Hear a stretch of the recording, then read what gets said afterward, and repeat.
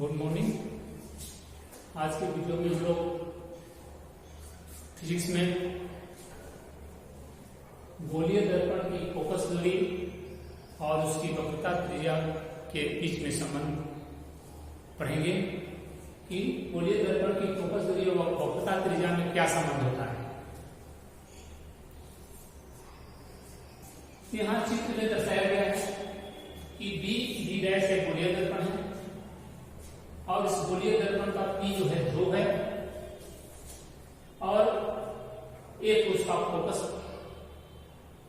है और C उसका वक्रता केंद्र है। इस गोलीय दर्पण में AB एक आपतित किरण है जो कि इस चित्र में दर्शाया गया है। AB एक आपतित किरण है जो गोलीय दर्पण के बीच से टकराने के बाद परावर्तित होने के बाद उसकी फोकस से होते हुए आगे निकल जा रही है तथा इसके वक्रता केंद्र C से इस B बिंदु पर अभिलंब डाला गया है। तो परावर्तन के नियम से हम जानते हैं कि आपतित किरण अभिलंब के बीच का कोण और परावर्तित किरण और अभिलंब के बीच के कोण बराबर होता है। इस आधार पर हम यहां दिखाए हैं कि परावर्तन नियम से कोण ABC यानी I का मान कोण ABC का मान कोण BCA इस कोण के बराबर होगा। परावर्तन नियम से लिखा गया, परावर्तन नियम से कोण ABC बराबर कोण CDA। किंतु ये तो हम देखते हैं कि I और R बराबर हो गया परावर्तन नियम से। फिर हम देखते हैं किंतु ABC बराबर BCA किस आधार पर ABC यानी I जो है कोण BCA इस कोण के बराबर हो गया। क्यों हो गया कि यदि तो पढ़े हैं कि एकांतर कोण दो समांतर रेखाओं को एक तिर्यक रेखा काटती है तो उसके एकांतर कोण बराबर हो गया। उस आधार पर हम देख रहे हैं कि ABC जो है कोण BCA के बराबर हो गया एकांतर कोण से। तो इस दोनों के आधार पर हम देख रहे हैं पहले नंबर समीकरण दूसरे समीकरण से के आधार पर हम क्या देखते हैं अतः ABC इसके बराबर होगा और ABC इसके बराबर होगा, यानी ये दोनों कोण क्या हो गया बराबर हो गया। इसमें लिखा गया है कि कोण CBA जो हो कोण BCA के बराबर होगा। तो यदि ये कोण यानी ये कोण ये और ये कोण बराबर देख रहे हैं CBA R का मान और I का मान यहाँ बराबर हो गया। इस आधार पर यहाँ जो एक बन रहा है BCA एक त्रिभुज बन रहा है और इस त्रिभुज में हम देख रहे हैं कि उसके आधार पर का कोण जो है बराबर है। तो यदि किसी त्रिभुज के दो कोण आपस में बराबर होते हैं उसके आधार पर वो त्रिभुज होता है समद्विबाहु त्रिभुज आता है। तो यदि वो कोण बराबर हो गया तो उसके सामने की भुजा भी बराबर होती है।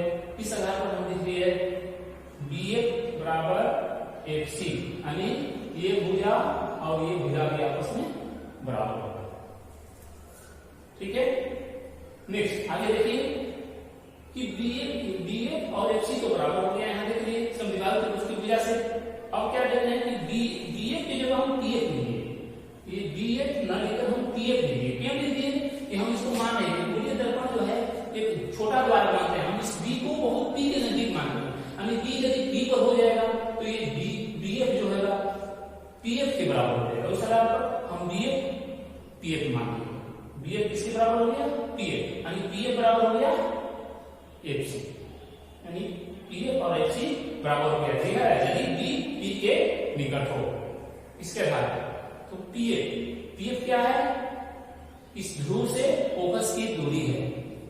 ध्रुव से फोकस की किसी दो गोलीय दर्पण के ध्रुव से फोकस की दूरी को हम क्या कहते हैं उस दर्पण की गोलीय दर्पण की फोकस दूरी जिसे हम F से सूचित करते हैं।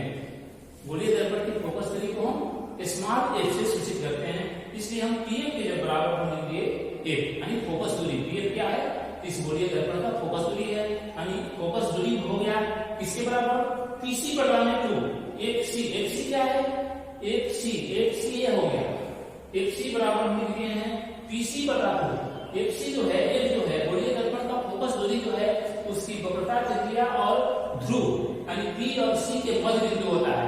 तो यदि ये मध्य बिंदु है तो ये पूरे दूरी का क्या यह होगा, आधा होगा, यानी पीसी जो होगा, पीसी का आधा होगा CF FC, यानी पीसी का आधा होगा क्या होगा FC, यानी FC जो होगा आधा होगा, इसलिए FC न लिखकर हम पीसी का हाफ लिखेंगे, पीसी बटा 2, यानी PF बराबर पीसी बटा 2 हो गया, यानी PF हो गया 1, यानी PF हो गया फोकस दूरी, और P से C की दूरी हो गया गोलीय दर्पण के ध्रुव से उसके फोकस वक्रता केंद्र की दूरी को हम लोग वक्रता त्रिज्या कहते हैं, जिसको कैपिटल R से शुरू करते हैं, यानी R बटा 2। इस प्रकार हम देखते हैं कि किसी गोलीय दर्पण की फोकस दूरी जो है उसकी वक्रता त्रिज्या की आधी होती है, या गोलीय दर्पण की वक्रता त्रिज्या उसकी फोकस दूरी की दुगनी होती है।